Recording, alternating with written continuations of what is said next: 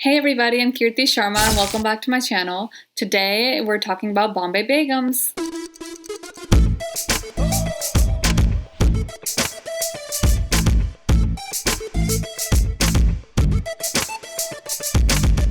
This is a show that is currently streaming on Netflix. As soon as I started watching it, I knew that it was going to fall in some kind of controversy, have some kind of backlash, not because I think it's warranted, but because this is a show that has females in the lead. It's a female-centric show with female issues under a female director, and I just feel like whenever a show like this comes along, it's just put under the microscope. Anything they say, anything they do is all going to be magnified, and people are going to start questioning the morality, how normal it is, how accountable they are, whether this is indicative of how women really are in the world. And I just feel like, why aren't other shows put under the same scrutiny? Why is it always female-centric shows with female issues and the female point of view scrutinized?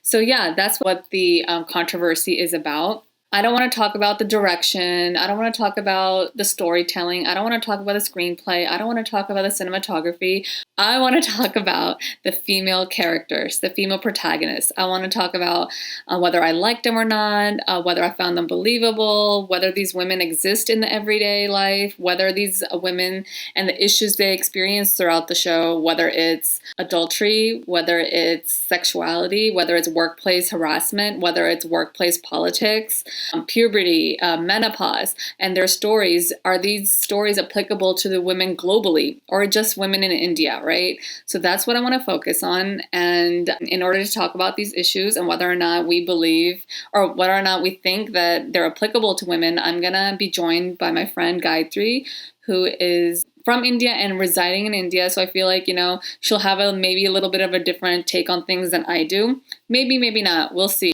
But basically, I'm going to talk with her about these women and these characters. In addition to that, let me just give you a little background of the show. It's about 5 women. They're from different walks of life, professionally, personally, age-wise. They come from a whole broad spectrum of things. Some are affluent, some are not, some are ambitious. Actually, I'd say they're all ambitious in their own way. Some are struggling with their personal lives, some are not. Actually, I take that back. They're all struggling in their personal lives in some way as well. Yeah. So yeah, it's about 5 women whose lives intersect, and the story propels with their interactions, what happens when they come together. Without further ado, let's get started. Hey Gayatri, thanks for joining me. Hey Kirti, how are you? I'm good. So I finished watching this show, I think Wednesday or maybe Thursday evening, and you just finished yesterday, right? I did. Actually, started it on the first day itself, but thanks to my work, I couldn't complete it. I was waiting for the weekend to come up and I just did that. Yeah, so I feel like the show is pretty fresh in our minds, so we'll be able to talk about the characters for sure. What we can do is talk about one at a time. Right? Yeah. So I think the first one we should talk about is obviously Pooja Bhatt's character. She is the head Begum in this show. So Pooja Bhatt plays Rani, which obviously means Begum, which obviously means queen. Okay, they thought a lot about that, I think, right? So she plays Rani, who is like the CEO of this bank. She is a stepmother to 2 teenage kids. She's in a marriage where the husband hasn't been able to forget his first wife, and the stepkids don't really like her that much, or at least, especially the younger one, and who we'll talk about later. She has a very passive-aggressive relationship with her stepmother, Rani. Rani's also someone, like I said, who heads this bank, who is fighting for, I guess, vultures, you would say. They just wanted to make that mistake so they can take over, and she's heading into menopause. Right. Yeah. Which is a big thing, obviously. A lot of things change during this time. So what do you think? Did you like her character? So interestingly, the show actually begins with her clicking a family picture, signifying is not picture perfect. The family is actually not picture perfect. I like the fact that she was not a complete, corporate. I would just not use the word here, but a corporate bitch. She had a few shades to her character, which was interesting because I was hoping that there are some shades because the show is by Alankrita Srivastav. She's been writing women's for some time now. Yeah. And I love the fact that this woman had a side to her which was emotional, which was calculative, which was Mm-hmm. smart. She could overcome her emotions too quickly to, jump into those corporate politics over there. There were male Mm-hmm. sharks in her own office who were Yep. after her lifetime. And her relationship with her daughter and the other characters, we'll talk about that later. But Mm-hmm. I think this Pooja Bhatt is a discovery. I've been watching Pooja Bhatt since my, childhood. Yeah, And exactly. Pooja Bhatt is a discovery. I loved it. Yeah, I feel like I'm so glad she's back. I feel like this role definitely suited her. Like, the age bracket and everything. It was like this role was made for her because I feel like when she was like I don't know if she was really a big star, but in the early 90s, like in our childhood, I felt like she was very different even then. And as a kid, I could see that she was different. She wasn't like the typical Bollywood heroine.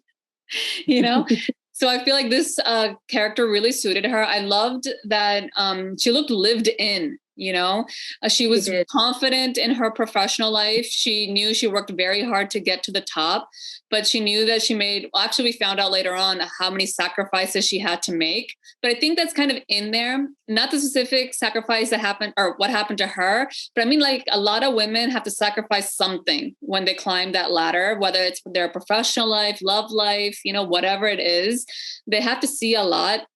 And I think this character showed that, like you said, it's not a perfect family. The media wanted that picture perfect moment, but they could see right then that, there's a clash happening here. So it was nice to see that she was unsure at times. And she was vulnerable at times. At work, she was like the head honcho. She had this confidence about her. But at home, she didn't know what she was doing. And I think a lot of women, they have there's this perception out there that women have to be like perfect in the home. They have all the answers. They're the perfect mother. But for her, we see that it doesn't come naturally. And even when she tries, she somehow makes mistakes. So I think that was nice. Yeah, absolutely. And on a contrary, it was a little unconventional for us to see a woman painted in a stepmother role and not doing the stepmotherly act over there. She was, in fact, there were shades. I would not discuss it here because that would be a spoiler, but there were shades which were really unconventional for her as a mother, as a wife, when she did so many things for her husband.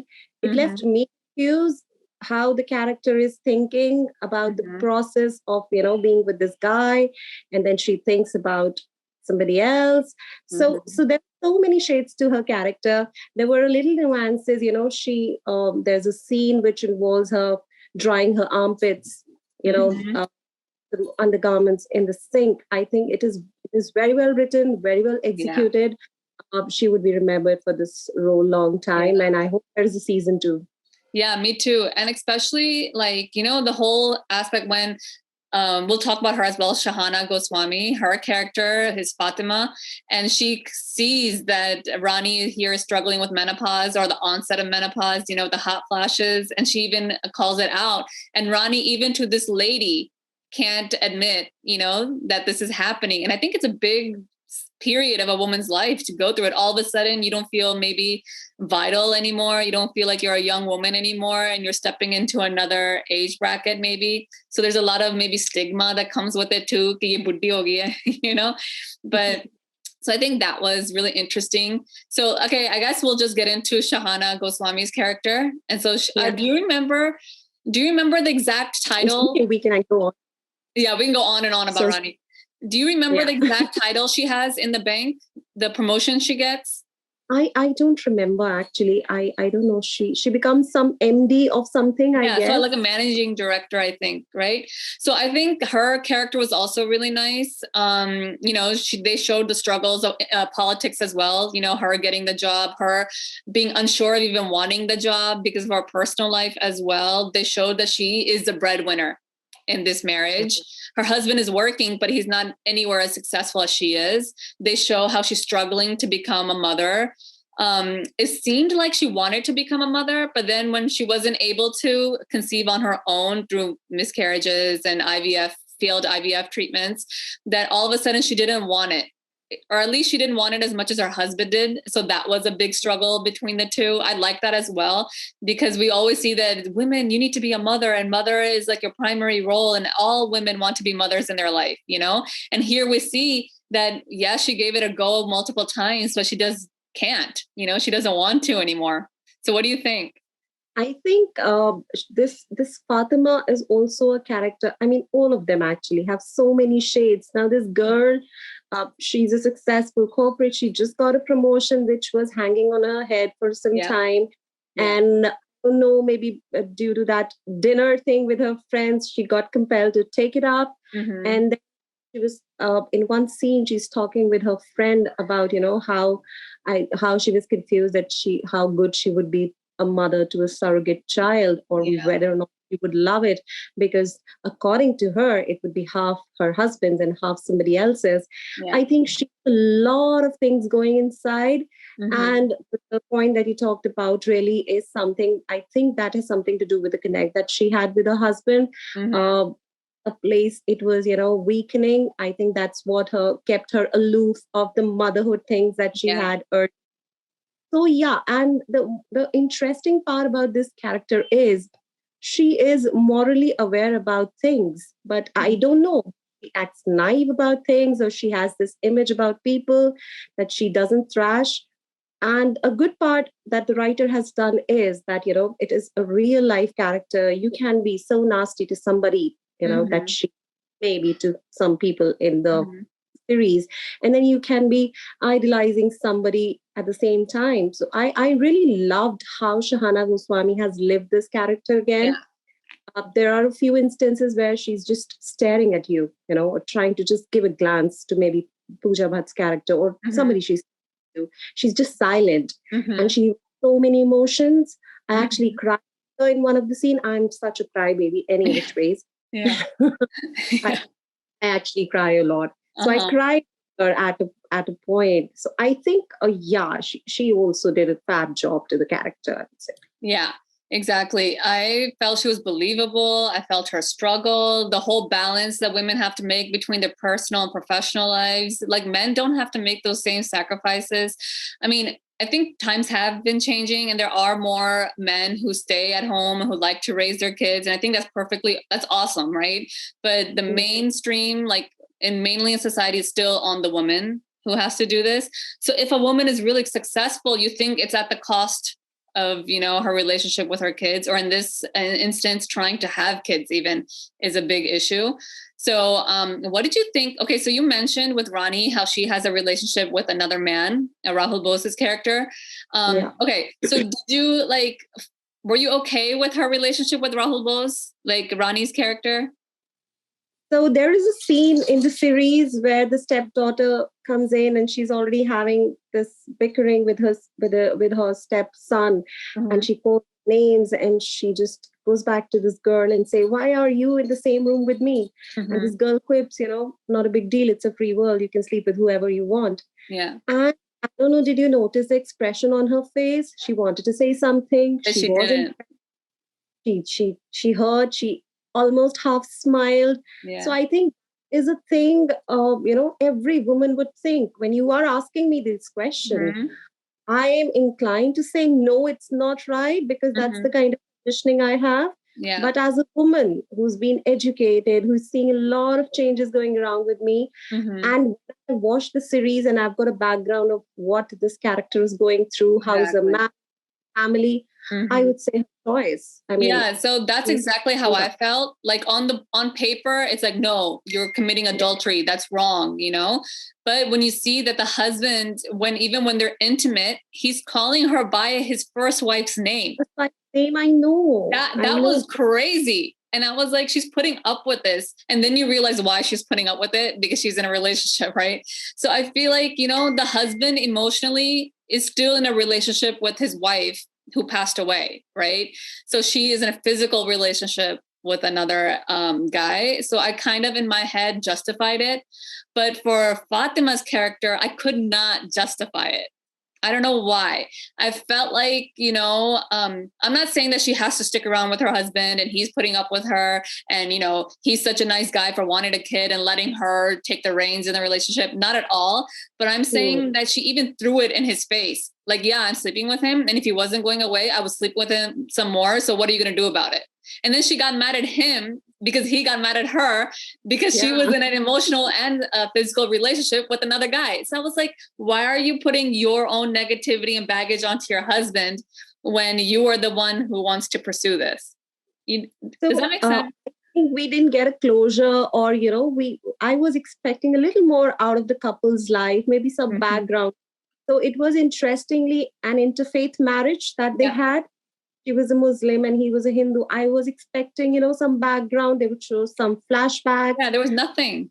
There was nothing. And I would agree to what you're saying. But again, I was hoping that this was only a one-time thing and she would maybe regret or maybe just put it on his face and say, I'm not happy with you. Let's just move. Exactly. In the beginning, I felt like, okay, this is like I don't want to say weak because he's not a weak character. I wanted to say because, he is in making less money there than her, but he's the one that wants to push this family onto her, like, have the kid and all of that.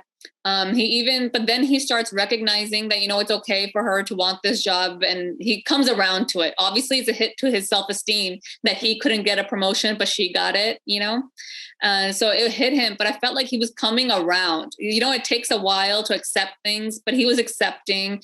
And then he even, she was the one who said, let's do the surrogacy thing. He even told her like, okay, no, take your time, let's get therapy. Even he mentioned, let's get therapy. But in her head, she's like, what the hell do we need therapy for? Let's just do this.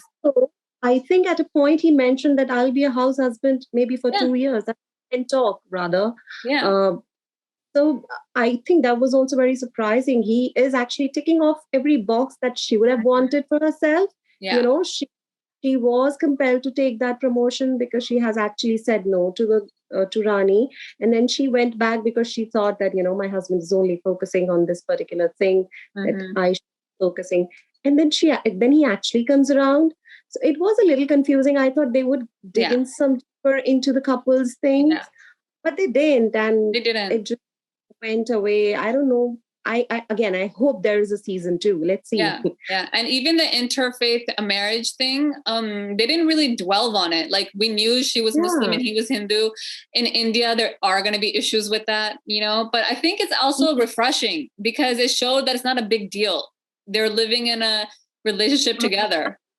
Appreciated it. So, for me in India, if you're putting this thing into a series, I would always hope, I know I may be wrong sometimes, but I was always hope that there's a story to it. I was hoping, to be honest, but then why put it in that situation? Because she could have been anybody, could have been anybody and it would have been the same situation. We saw her offering prayers. I was really hoping that they would dig into that, but they didn't. Yeah. They also went to this alumni meet. This particular scene for me was totally unnecessary. They could have for any other reason apart from that. Yeah. So, no, they didn't develop the backstory. They didn't do that. No. The only thing they did was when she was doing the namaz, he was off to the side crying because they just lost the baby. So that was, she was doing her thing and he was doing his thing. And then later on, they have this Karwa Chauth party where all the other women are fasting, she's doing her thing, but they don't show him like getting annoyed. They don't show him like everyone else is doing it. Why is my wife not doing it? So I like that as well. They're in their own lane and they're okay with it. So that was pretty nice. Okay, let's jump into number 3. I feel like number 3 should be a LILLY. Okay. So LILLY. Yeah. So LILLY is a bar dancer who is a single mother. She's working, dancing and all of that, having these, one night stands so she can provide for her son. Her son is getting older. He recognizes what's going on, but she wants a better life for him and for her to get out of this situation they're in, which they're able to because of a chance occurrence that happens. Right. So what did you feel about her character? I think she is the most badass and she's the most courageous among all of them. she was actually the one who empowers one of the other characters for a situation that she went into. And that actually linked to other characters coming out too strong. So I would give that credit to her. She goes out of her way, do whatever it takes to ensure that her son gets the right kind of life that he's hoping. I like the fact that she's very honest with her son. Her son knows what she's doing. Her son is able to express himself to her. I think I like that kind of a mother coming from a background. I think it's very difficult, but she is the one who also says no to so many things. She's not educated. She's into that kind of environment, and she takes the liberty of saying no. I think Amrit Subhash has, won my heart once again. I think I like her in Gully Boy. I think she's done so much justice to her. We are not given a conventional young girl with a good figure just dancing around in a Netflix series. I think good character given to a good actor. The only thing that I think I'm afraid that the season 2 will not show is her, because she's been given some ending, but I hope that there is something and comes up in the next season, because she was the only one who has been given an ending, a closure sort of thing. So let's see what happens. Yeah, I liked, that she was fighting for herself and for her son tooth and nail. I mean, I feel like it shows the struggle people go through just to make ends meet, or not even ends meet, to be like respected in society, like her job became her identity. And which should not be the case for anyone. A job is only a part of who you are. That's not who you are, right? And I feel like it even showed that even when she was trying to help other women in the same situation, and they were saying, no, this is what we want to do. This is all we know. This is all we can do. We can't do anything else. They didn't believe her when she said, dude, we can get out of here. We can have our own business. We can do our own thing. We can be respected in society, because, society doesn't let you live, man. It only put so much stipulation on you. And it showed, and I liked how she fought. She didn't care where she was. She went to that bank. She talked to these women, these powerful women, and she didn't care. She was like, you're going to listen to me or else, So yes, she used some blackmailing. Yes, it was her character. I don't think any character in this series is purely black and white. I think all the characters have shades of gray. And I feel like that's so true to how normal people are. No one is like a goody two shoes all the time. And similarly, no one is like evil all the time. Stuff happens. So I really like that. Okay. Then we get to the fourth one, who is AYESHA, played by Plabita. I think her last name is Montakur, I think. I think it is Manal Thakur. I have no idea. I don't know, but Plabita is her name. She also works in the same bank with Fatima and Rani. She's starts working with LILLY in order to help LILLY set up this business.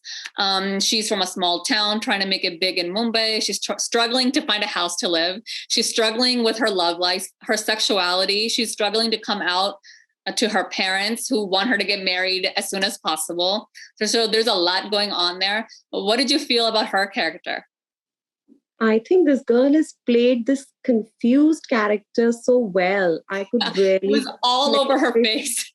She was so expressive with only her expressions. Maybe she's giving that nasty glance to her ex-boyfriend. She is actually all over the place. The hard part for me to convince was that she's not getting a place to live. She got the money. She could have got the place in Bombay. The 1990s, that you wouldn't need your mother and father to come up for the society. But that was happening again, right? Where's your mom and dad? Where's your mom and dad? I don't know. That was a little too much for me to digest. But apart from that, coming out to herself first, because she goes to this girl, kisses her, runs away from there, comes to this guy. And sleeps with him. Just to be, very sure that she's not done something wrong to herself in terms of her sexuality, is very, very logical, because I would not actually expect somebody who's confused about their sexuality to actually just go towards one side, and understand in one way. I am this kind of, sexually oriented person. I would go this side of the wave. She is very real. She is the most struggling character, I would say. Yeah. She's the one who's been struggling from everywhere. Every angle. Yes, absolutely. Whether I really felt bad for her when she actually had to come to the office because she has nowhere to go. Yeah. And she likes this watchman. She's Yeah. brushing her teeth. I would have been at her place and see the CEO in the washroom and I'm brushing my teeth. I would have taken a bag, and she continues to do that, completes that, and tells them, sorry. Yeah. But look, it allowed her to retain her job even, you know? I know. Yeah. I didn't like how she kept using this other guy at the off. She was basically using him. Okay. I didn't feel like she had any feelings for him, but she didn't have any problem sleeping with him, living with him, you know? And I feel like she was just using him as a stepping stone to get where she wanted. Obviously, the end was going to be she finds her own place in society, you know, a place to call her own. We knew this was going to happen, but I just feel like she kept, with nothing else worked, she went back to him. She was getting into a relationship with that girl. Then she found out that the girl is not really strictly into her. So she came back to him. Like, you know, he was just like the safe anchor, I felt like, you know, and she was just using him. So, what did you feel like? So when this crazy situation happened to her, so let's just say workplace harassment, or, you know, when this happens to her, what do you think? Do you think it was believable in how like no one listened to her, or no one wanted to listen to her and everyone was taking the guy's side? Let me tell you, I'm from a corporate background. I actually work for a bank. Yeah. So I would not say it doesn't happen again, because she's so believable. She is confused. You know, people pointing her out. This guy who she's sleeping with, he's seeing her like this. You know, you're going out on cigarette breaks with this guy, and he actually wants her at one point. You know, you can maybe go out with a fancy dinner with this guy. Exactly. You know, he drops home, and she's a subordinate to Fatima at a point. Fatima is also like, you know, he has a family. Yeah. Dude. Yeah, exactly. She was Fatima's character was very antagonistic towards AYESHA, right? She did not like her from the beginning. I mean, Fatima fired her in the beginning, you know, Ronnie had to rehire her. Yeah, exactly. She didn't like her. Expecting a promotion when she, you know, gets up, and Fatima mama's called me, and she goes to the cabin and she's blasted off, you know, get out of my cabin. Yeah. I felt very bad for her. The only point where this character was, you know, a very motivational, I would say, when she's sitting on the stairs of this chawl and comes to Lily and says, you know, let's get your factory open. Exactly. I really like that, because when she was taunted by Lily, you know, you can't help yourselves. How would I expect? How are you going to help me? Exactly. Yeah, I know. So point where I felt, you know, this girl has now collected her broken pieces. She's seen the demons inside her. She knows it all. She's done everything. She had nothing to lose at the workplace.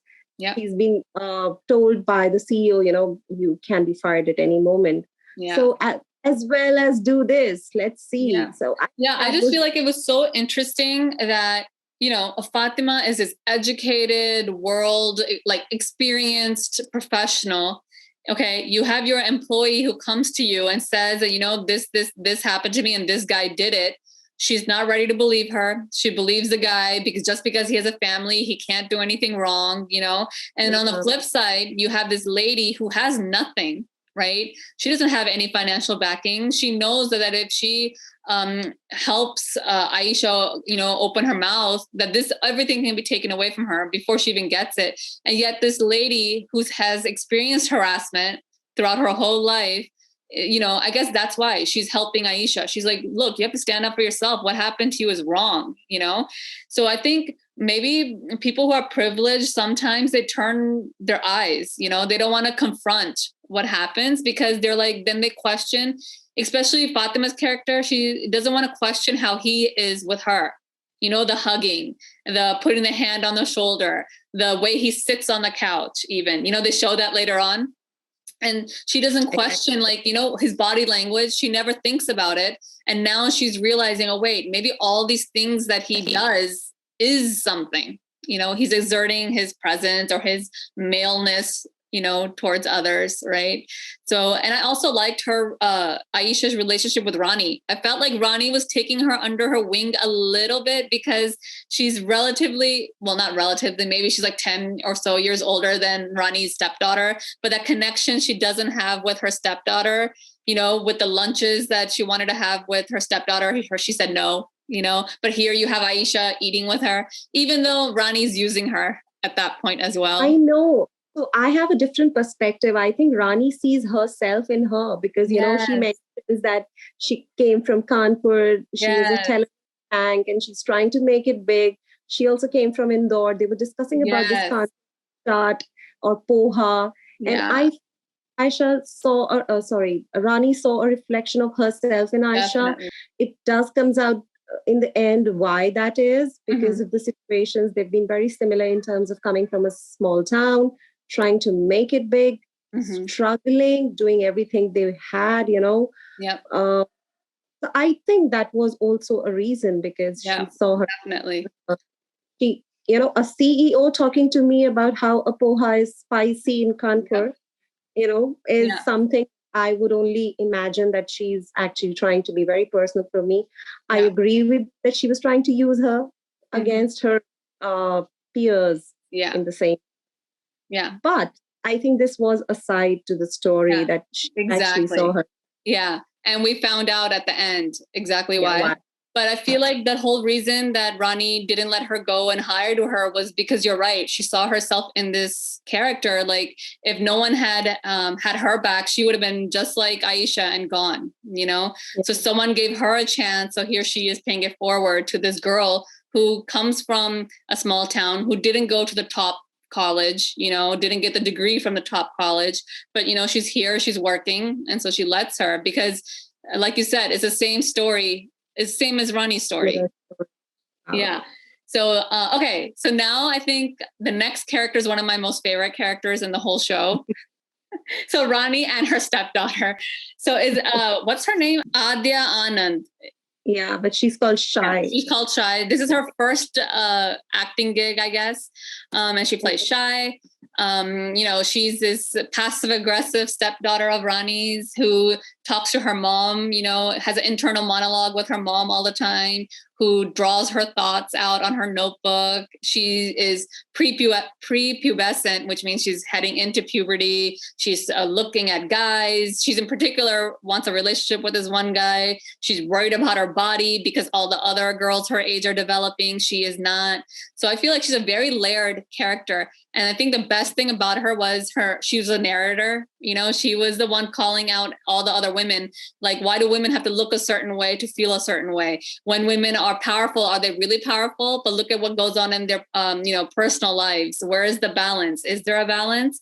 So I feel like she was calling out a lot of different areas in the women around her. And I really love that. What about you? What do you think? I think Shy is the narrator of the whole story. I honestly, as a person who's been watching series and movies for a long time now, done that for a living for some time, it was unnecessary for me, her voiceover. But the monologues for a 13-year-old kid who's trying to, I don't know why, but she's so much into puberty. She wants that to happen to get attention of a guy in the class. It's all natural, 13-year-old. But I think this girl has a stigma that this woman is my stepmother. The fact that she calls her by her name shows that how much of a negativity that she has towards her, because she thinks that her mother is being betrayed, that this woman is being given her status. The first instance that we saw, when Shy enters, she's just doing some sketch. I think those sketches are lovely. Whoever has done that for the movie, they're really very, good. very, very good.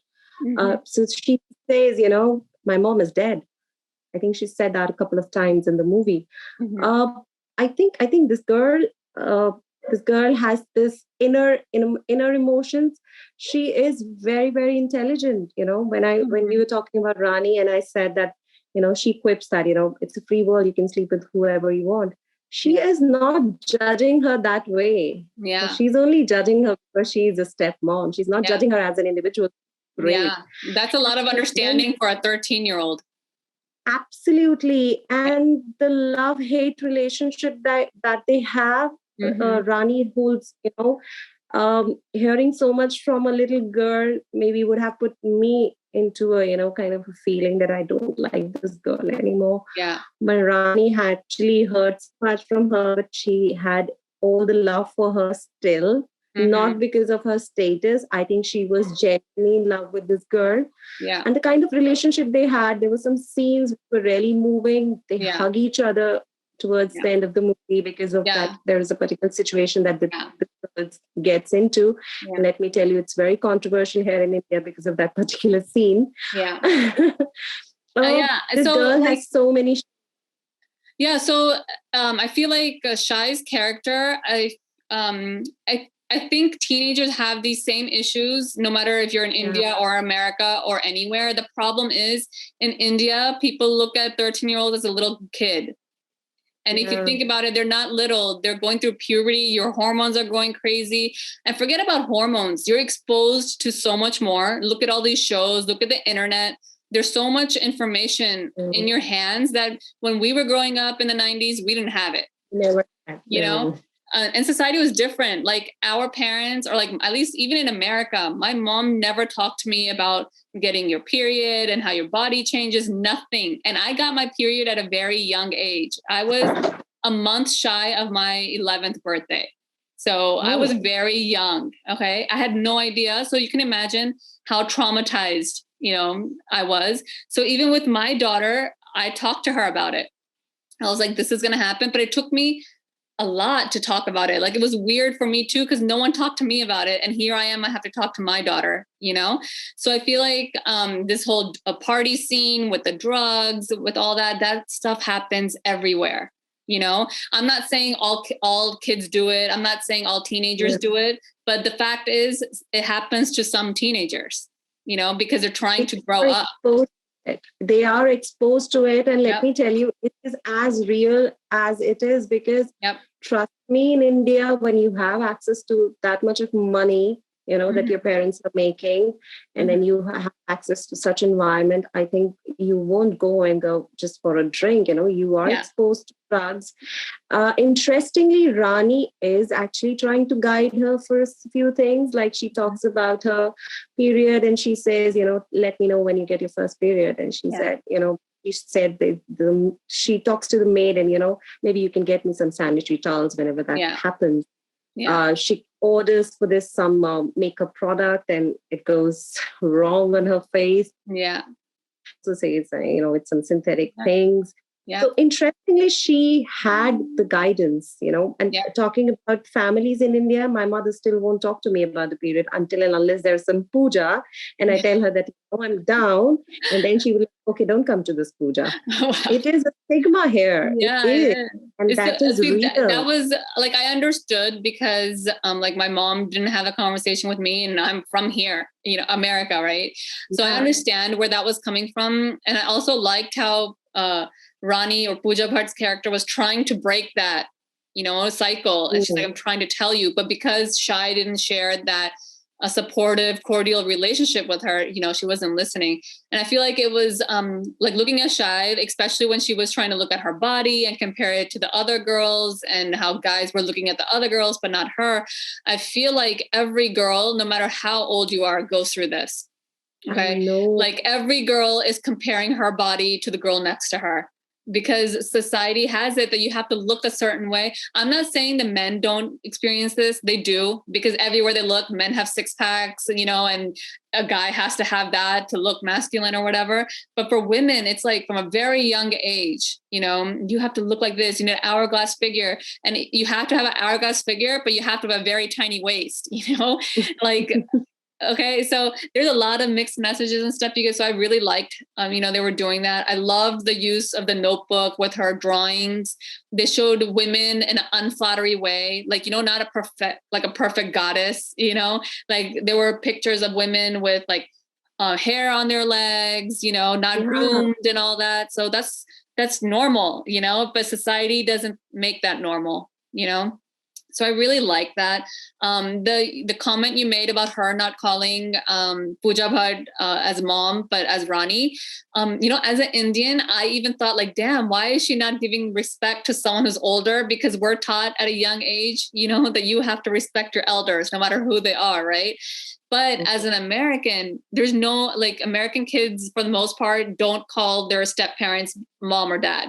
It's their name, right? So a part of me was like, I understand, but a part of me was like, okay, this is normal. And especially like her dad never stopped her from not calling, So I was like, if the dad isn't going to put a stop into this, Pooja Bhatt's character can't do anything about it. But I think she didn't object to that. She didn't. Being called Rani. And why I'm picking that up is because I think she made a statement when she called her Rani. Yeah. That was deliberate. She called her auntie, right? Yeah, exactly. You would have called her auntie. But calling Rani is making her point clear that, you're not my mom. Yeah. And I like it that you're taking her place. And when she talks about those Karwa Chauth Vrat, and she was like, if my father would have kept it, my mother would have been alive. And she says, it doesn't work like that. It doesn't work like that. Yeah. There were a shades of, innocence in her when she had all these questions through her monologue, through her narrative. Also, we heard a few things about the forbidden fruit. And I was really intrigued what she said. Why is anything forbidden at all? Yeah. Why should anything be forbidden?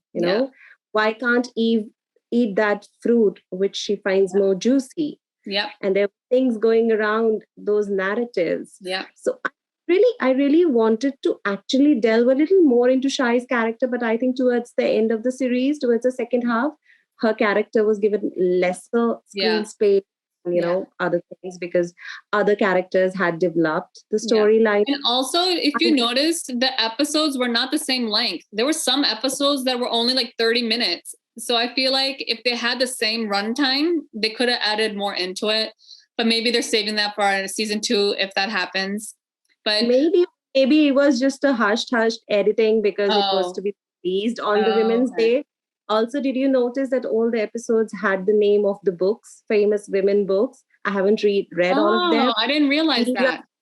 These are all books based on women, the women who ran with the wolves, the bell jar. I've heard about these books, not them, but interestingly, they are the names around those books. And I actually noticed that very much. When it ended. I didn't pick up on that. That's cool. So like, I didn't even know the story getting into it, right? I just turned it on and I started watching. And as soon as I started watching, I was like, oh God, this show is going to have a lot of problems. Because whenever there's women's stories with women's issues, they're scrutinized way more. Like, why is this woman behaving like this? Why is this woman talking like this? Why is this woman stepping outside of her marriage? Why is this woman giving more importance to her job, her career? We never question the male characters when they do these things, but it's always on the women. So when I heard that there was controversy on this show happening, I was like, great. I knew it. Feminist stories with a female director is always going to have issues because we have to be in a box. We have to be these pretty little women who sit in a box and everything has to look a certain way, be a certain way. When it's not the case, these are begums, which means, hey, they should have everything put together. They should have their life sorted, no issues. But as we see, every single one of them has countless issues because they're real characters. I love the fact that these women were from different age groups, different social background, different financial background, and different psyche altogether. It was an amalgamation of women coming from all parts of the society and how they actually had their own struggles, which were similar and different at the same time. But at the end of the day, we can't say that, if she's a CEO of the most successful bank in the city, she doesn't have a problem. Exactly. Or if this woman had got promotions like that, she doesn't have a problem. And this, of course, I can say that, with a bar dancer as a profession, prostitution, I could actually, guess what was coming in the story. Yeah. But for these women and the kind of struggles that they have is an everyday struggle, Yeah. I have to keep my position of a CEO, save myself from the male shots in my office, Yeah. and being told every day, then, I'm in the line of fire and I can be fired from the board of directors any day. I think Alankrita Srivastav have been writing these kind of scripts for some time. Lipstick on My Burqa. I don't know if you've watched that. I could never watch it. It's not. I can't access it anywhere. Where is it available? It is on Netflix. Oh, it is. Okay, great. Yeah. Because I've been trying to watch that for a couple of years now. It is on Netflix. I'll just let you know if it is surely on Netflix or Amazon, but I'll let you know it is on one of them because she's a great writer. Like she does great women's stories. I think she's directed a few episodes of this, and few others have been done by the other directors. I think she also did Made in Heaven. I think she also directed Made in Heaven. She co-wrote Made in Heaven too. Yeah. So and this Dolly Kitty Ke Chamakte Sitare, I think she's into these different women from different aspects. And I really love the fact that she's been delving into the unconventional parts or the shades of women, not a middle-class woman just struggling with her marriage or in-laws or children and finances. I think somebody has really taken up the issues of women who are actually painted in a good picture, a lot of money. And and because of that, like you're sitting in India, I'm sitting here in America. We have different life experiences. The way you grew up is probably different than the way I grew up, But as we can see, just talking, there's a lot of similarities in the way we think or the way, we view things. And I think that's what the show shows. That is not just women in India who are going through these experiences, women all over the world face these same kind of experiences. So I don't understand what the hue and cry is when they're showing that on movies or shows. Shows and movies are supposed to show you what real life is like, and this is real life. To be honest, it is very hypocritical of them to actually come against a women-oriented show. Yes. I saw nobody coming up against movies such as Kabir Singh, where you saw a character doing so things, and they don't come up. And there was this tweet which was bashing this NCPCR and telling them, I think NCPCR really needs to look into child rights than just watch series on OTT platforms. Criticize them. It is so stupid. Why can't and then you have shows like now, by the way, I loved Mirzapur and I love Sacred Games, but they show a lot of things there. There is not an issue. So if they're showing something in Bollywood Begums that it happens to some teenagers or some girls or whatever, why is it an issue? It's real life. Let them show. And if I go with their pointers about what is right and wrong, it never shows that the things that little girl does is right in any sense. Yeah, it doesn't say it. It doesn't promote that idea. No. And also, when shows like Mirzapur come, they say that, it's very real. This happens in Mirzapur. Yeah. Let me tell you that there was a controversy around the fact that they have shown Mirzapur or UP in a bad light by the UP government recently. And I was like, dude, it's season 2. You should have seen season 1 and then commented maybe. Yeah. Just because. No, so that's what I'm saying. On one hand, as an audience, we want to watch stuff that seems real, that seems grounded. So then when someone shows you something real, okay, maybe it's not your reality. Maybe you don't know anyone around you like that, but that doesn't mean that it's not the reality for other people. And I never understood why people like to shove their views onto other people. Now, you and me liked these characters. So we thought they were multidimensional. We liked their gray shades, but doesn't mean that all the women watching this are going to like it.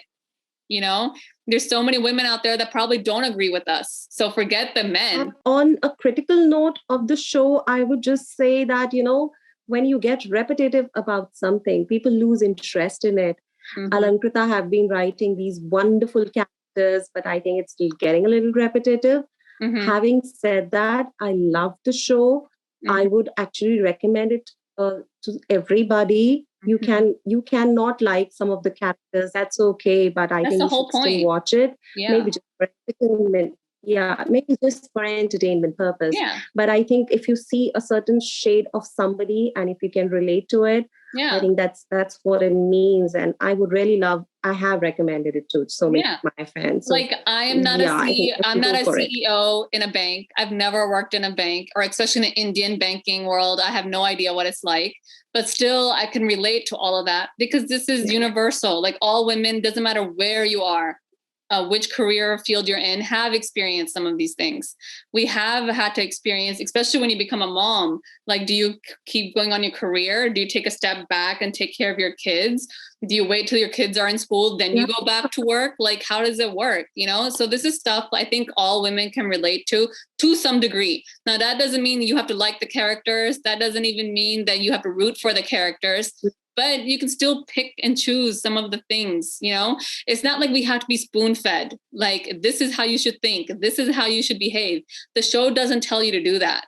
You know, no show tells you to do that. Absolutely. And I think there is no character that, you know, I have grown up seeing women or my heroines in a perfectly clad sari pitted against somebody who's in a short Western dress and she's the vamp just because of the fact that she dresses like that. I've been taught that through my movies. And I'm really, really happy that this generation is not going to be taught just that. And they have options of seeing some, you know, great stories like it. Yeah, definitely. So I really hope there's a season 2. I hope that there's more shows that come out with the women's issues, with women's stories, female-led female stories, right? I would love to see more of that. I think Hollywood has a lot of that. Bollywood is doing the same thing. So I want to see more. Like, give me more. I want to see more of it too. But I actually also hope this happens to my society, that the women are actually in a good space, you know. Yeah, I think slowly things will change or are changing. Yeah. Okay, Gayatri, I think we've gone pretty long with the breaks. So thanks for doing this with me. It was really fun talking about these female characters, and hopefully we do it again pretty soon. Absolutely. I love this too. We'll do it again. Okay, thanks. Bye. Bye. Okay, guys, so that was the talk that Gayatri and I had about the female characters in Bombay Begums. Let us know what you think. Do you agree with us? Do you disagree with us? Do you think we made some valid points? So what's your perspective on this whole backlash that this show is receiving? Is it warranted? Do you think the show went a little too far, or do you think the show didn't go far enough? What do you think? Leave a comment or two. Let me know. And don't forget to like, share, and subscribe. See you next time. Bye.